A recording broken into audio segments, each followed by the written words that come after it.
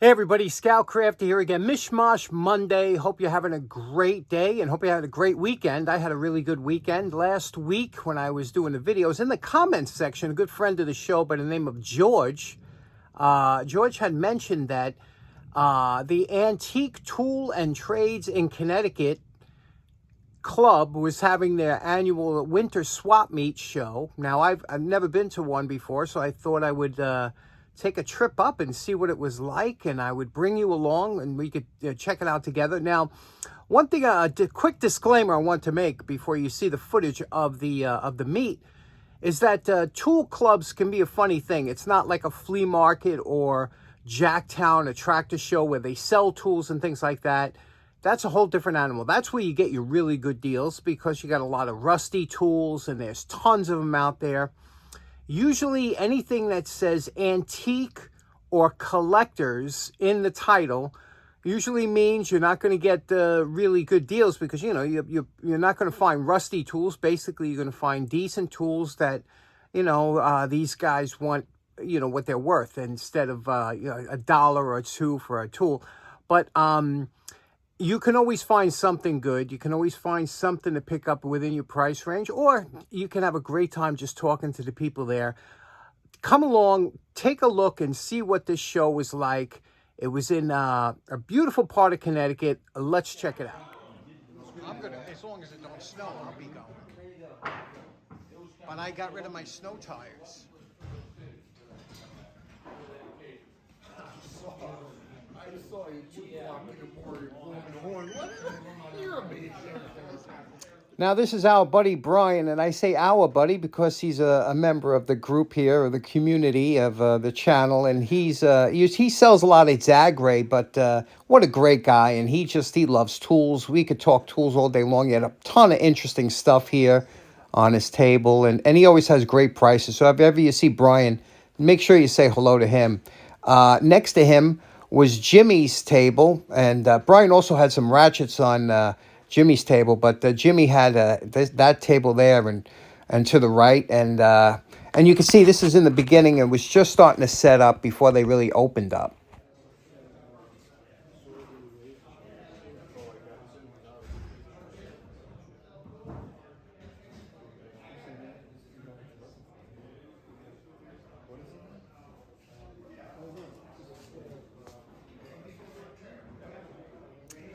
Now, again, the dealers get a couple hours to set up and also to maybe do some swaps between themselves before the public comes in, which is usually about 9 o'clock, I believe. And so this is somewhere around 8:15 we're there, and you can see it's empty except for the dealers. And this is where the dealers walk around and they talk to their friends, and maybe, you know, you can leave your table. You don't have to worry about people going to your table when you're not there because it's just dealers here. But you can see the amount of quality goods that they always have at these shows. I'm used to seeing buckets of rust, so I'm a little out of my league here.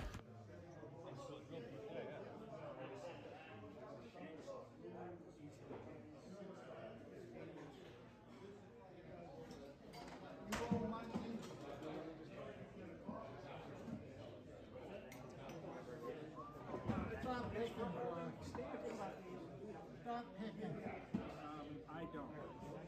I know what it is. No, that's just number 12, number 2.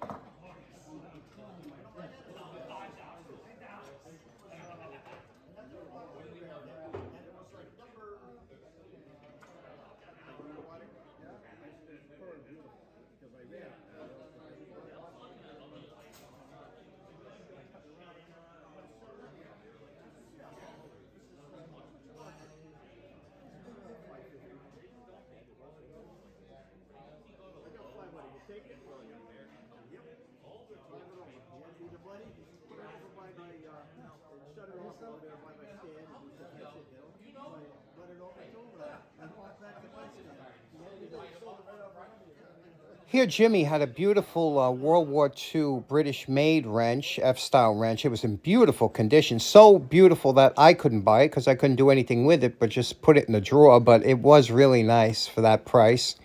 Also, Brian had this beautiful ratchet, a pretty rare ratchet. This one here. It was a Husky 24900 is the model number. This is a pat pending, so this was an early one. And you could see it had like a kind of a swivel head here.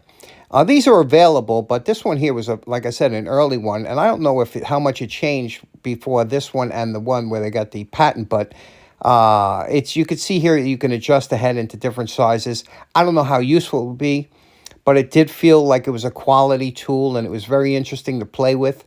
I wonder if any of you own one of these or have seen one, but it was felt like a nice wrench. Met some more friends from the channel just as it opened up to the rest of the public. You can see them starting to come in now. It's starting to get a little bit crowded. Okay, now one of the highlights for me for going to this show was meeting up with this gentleman. His name is Kurt Bocco. Kurt is a craftsman and an artist, and he brought in a couple of projects that he made. Look at this here. This is a rigid pipe jaw from a wrench, and he made this from scratch using, obviously blacksmithing techniques, drawing it out and grinding it. But anybody that's done any knife work knows how difficult it is to make that grind down the middle of that knife, and he did such a beautiful job on that. And here he did a what they used to call a tomahawk peace pipe, and he built this again from a scratch, from a hatchet, and working his blacksmith magic on here. And he made the handle, and he did the inlay, and there's copper tubing going down the middle of this handle because it is a working pipe.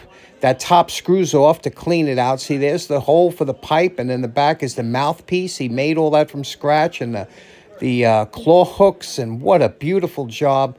What a nice guy, too, and to let us handle all this like it was, nothing. And then also, he has an Instagram page called Steel and Stone 57. Go check him out. He posts a lot of the projects he does and things that he's doing and things he likes to make. He also does flint knapping and things like that. And one of my favorite things that he does is ink drawings. He does these ink drawings of buildings and homes and stuff. And I just think that years ago, people used to pay big money to have their homes drawn like that. So it was a real pleasure meeting Kurt. Check him out on Instagram. Now, here is probably the ultimate box of screwdrivers. Look at that. It's got almost every one that you would love to have, huh? There were so many nice tools here that you didn't have to worry about having to restore each and every one. They were just ready to go that you could put in your cabinet. It was a fun show to see. And if you like surveying equipment, which I know my buddy from Gunther's Garage does, look at this surveyor's kit here. That thing is obviously chrome plated or nickel plated, and it's just a beautiful piece, isn't it? I wonder what the tripod looked like for that.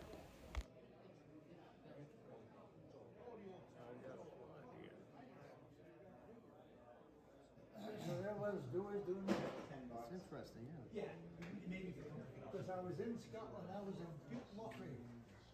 And the gal said, what are you gonna do tomorrow? Let me get out of your way.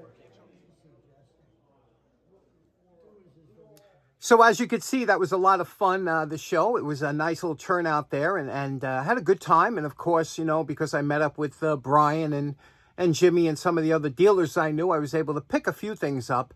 But one of the things I really enjoyed meeting Kurt, and for the simple reason that even when I looked at his Instagram page, I found this. Do you see this? It's an antique gallery dart that they used to have when you used to go to these bazaars or carnivals or galleries, and you would throw darts and balloons. They were antique homemade darts they would make.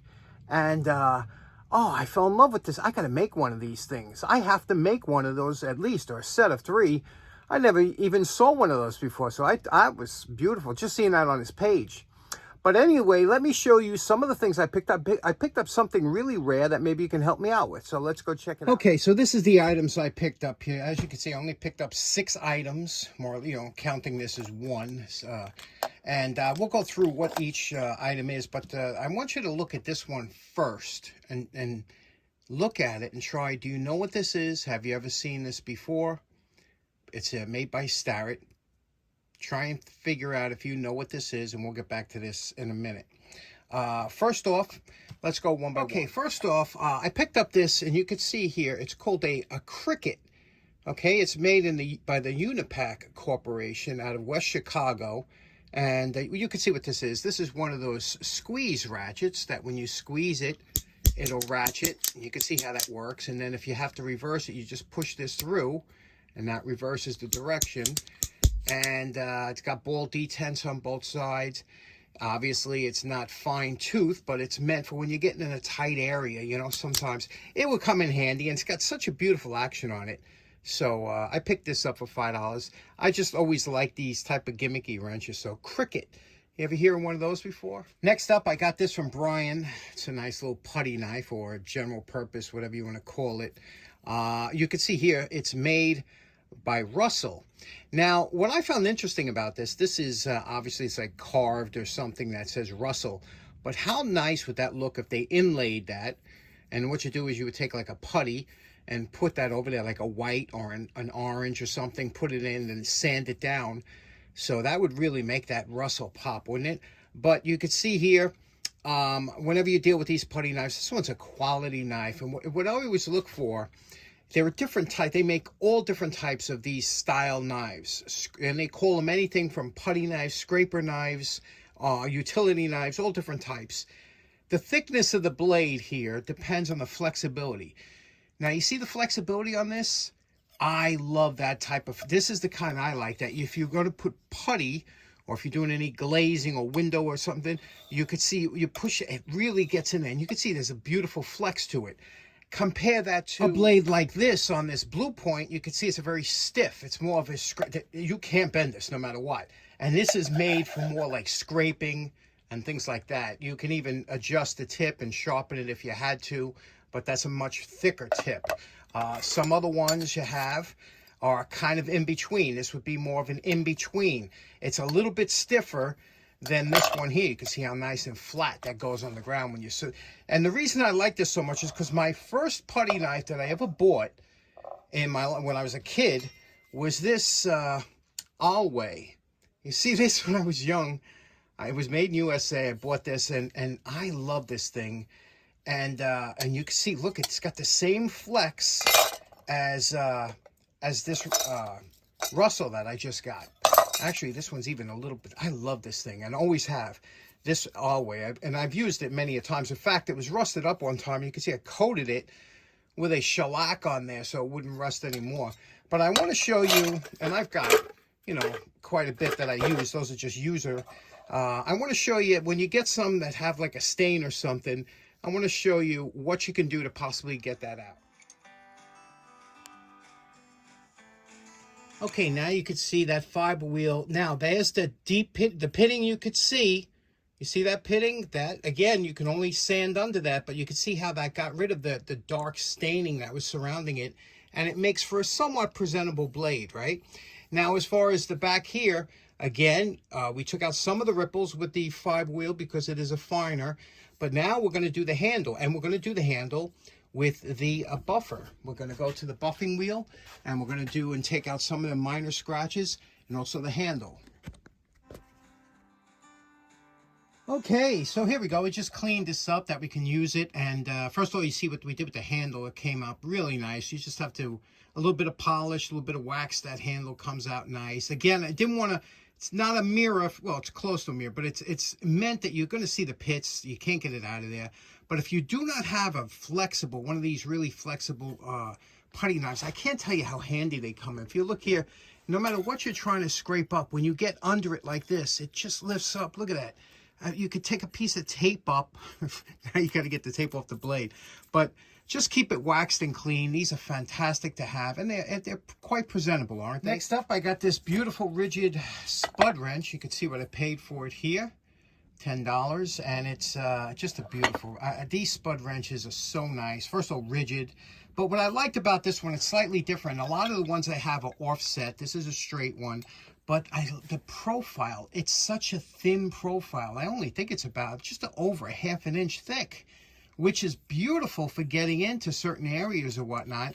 It's very smooth. These things are just lovely. The jaws are in perfect shape. So, you know, I know the paint looks a little bit, these are great for any kind of, whether you want to restore them or use them. They're just fantastic wrenches. We'll get to that soon. Next up, this was actually, I grabbed it because I was at $17 with Jimmy, and I just wanted something to even it up to 20. So I grabbed these small end mills for $3.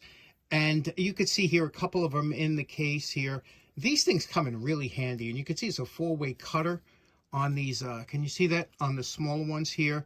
And just a really nice. This here, look at the flutes on this drill here. Very unusual fluting that you see. So a lot of times you have to get a lot of material out of there, and regular drills will jam up. So that's, you know, you never know when these come in handy. Next up is a tool that you might never ever need them, but when you do, you know, there's nothing that comes close to how handy these are. A lot of times these were used by plumbers. There were 6-inch cast iron pipes like the one I took out over there. They used to put oakum in, which is like a rope-like material. Then they used to pour lead in. But this would be used to bang the oakum down to get it in, to seal it tight, because it gets close to the pipe. You know, the pipe is like this. It gets close to the pipe, and it knocks it down, and that's why it has a blunt edge on it. But you could use it for so many other things. So many other times you have to, you know, chisel or push something in, and that blunt edge comes in handy. Let's clean this up real quick. Okay, this is just after the wire brush. You see there's still a little bit of staining in there. That's where the fiber wheel comes in. Let me hit it with the fiber wheel. Okay, here she is, the Proto 110, all cleaned up. Looks nice, don't it? And again, this is all used. I took all the staining off of here and just did some deep wax, just rubbing the wax into here so that'll last. And of course, I always like to bevel the back. That looks so nice, doesn't it? That bevel around the back here. So this one's good. This one's ready for use. And let's see what else we got. Okay, last up, this is that very rare tool I was telling you about. It's a Starrett. Okay, now, did you figure out what it is? Can you see what it looks like here? And there's a little screw here and what it does. And if you look here, it says LS Starrett, and then it says Athol, Massachusetts. Can you see that up there? And then it says a patent date of November 4th, 1902. Okay, now what this is a prick punch and spacer tool. Now here's the prick punch, obviously, and here's the spacer tool. How this apparently is supposed to work is there's a little knob here that you screw in, and when you do this, this will push this little piece of metal away from the punch, and you can see it's spring-loaded here on the bottom. This is spring-loaded, so if you wanted to put, let's say, a hole or a divot punch, a prick, every 1/8 of an inch, you would screw this in until this became an 1/8 of an inch apart, and then when you made your first prick, you would put this spring into the second one, and you could follow along a pattern line. Now the thing is, I've never used this before. I think it's almost kind of strange because really the way this is set up, the way this is made, how much space can you get? Here, I'm pushing it out. What can you get? The maximum of a 1/4 inch? You know what I mean? First of all, this isn't that long. In fact, it's not even long enough to move it. Now, the one in the patent shows a longer screw with a secondary locking screw, but it don't have it on here. And I'm almost certain this is the original screw to this tool, because Starrett has such strange threads that you couldn't just replace this with any kind of knurled screw. So what are your thoughts on this? Have you ever seen it? Has anybody out there ever used one? Have you ever seen one? Pretty rare. That's why I haven't cleaned or done anything up with it yet, because like I said, I don't know what it is or what it's used for. What do you think? So in closing, special thanks to George for letting me know in the comments about the attic tool meet, and it was a nice little show, and I was glad to pick it up. Nice to see Brian and Jimmy and all the guys, and thanks so much for tuning in. Hope you enjoyed it. We'll see you again on Wednesday. Take care now. Bye-bye.